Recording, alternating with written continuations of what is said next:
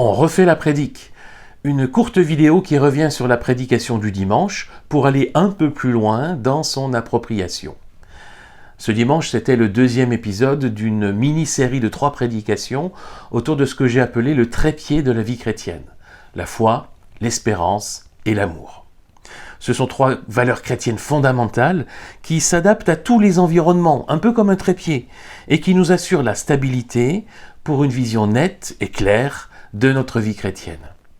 Après la foi, c'est le tour de l'espérance à partir des premiers versets de la première lettre de l'apôtre Pierre. L'espérance chrétienne ne repose pas sur une promesse d'abord, mais sur un fait. Jésus-Christ est ressuscité d'entre les morts. C'est de cet événement-là que découlent toutes les promesses qui alimentent notre espérance. Avec la métaphore de l'héritage, l'apôtre Pierre évoque le salut que nous recevons par la foi en Christ aujourd'hui comme un gage d'un héritage qui nous est réservé et qui doit encore être révélé. C'est ce qu'on appelle communément l'assurance du salut, qui repose entièrement sur la fidélité de Dieu.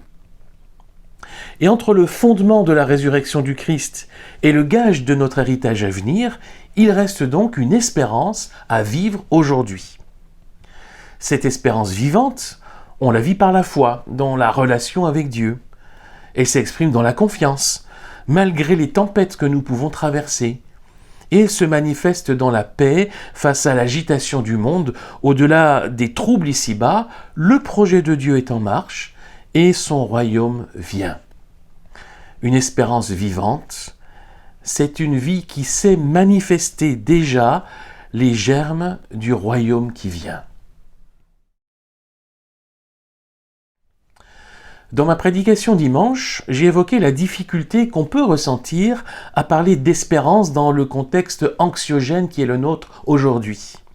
Que ce soit avec la crise écologique, avec la guerre de retour en Europe, ou avec la montée inquiétante des extrêmes un peu partout. Et le contexte politique tourmenté et incertain qu'on connaît aujourd'hui en France vient encore accentuer ce sentiment. Et pourtant, c'est justement dans de tels contextes que notre espérance a toute sa pertinence. Le défi pour nous est de vivre vraiment cette espérance. Déjà en trouvant la confiance et la paix malgré ce contexte anxiogène. Notre espérance, elle n'est pas dans ce monde, elle n'est pas dans ceux qui le gouvernent. Elle est dans le royaume qui vient et dans le Seigneur qui accomplira son projet. Mais il s'agit aussi de vivre et donc de transmettre cette espérance. Le royaume de Dieu est déjà là, au moins en germe, par la présence de l'Esprit de Dieu en nous, par l'action de Dieu dans le monde. Alors, quelle graine d'espérance est-ce que je pourrais semer aujourd'hui ? Comment est-ce que je vais pouvoir incarner aujourd'hui les valeurs du royaume de Dieu ? Ces questions, elles se posent dans mes relations, dans mon travail, dans ma famille, dans mes engagements. Elle se pose aussi dans mes paroles, dans ce que je dis aux autres et dans ce que je dis des autres, dans ce que je poste sur les réseaux sociaux.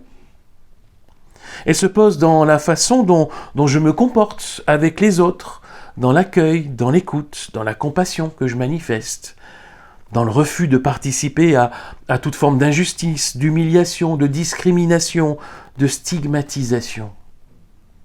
Alors, et si je prenais maintenant quelques instants de silence, dans la prière devant Dieu, pour me demander quelle graine d'espérance est-ce que je vais pouvoir semer aujourd'hui ?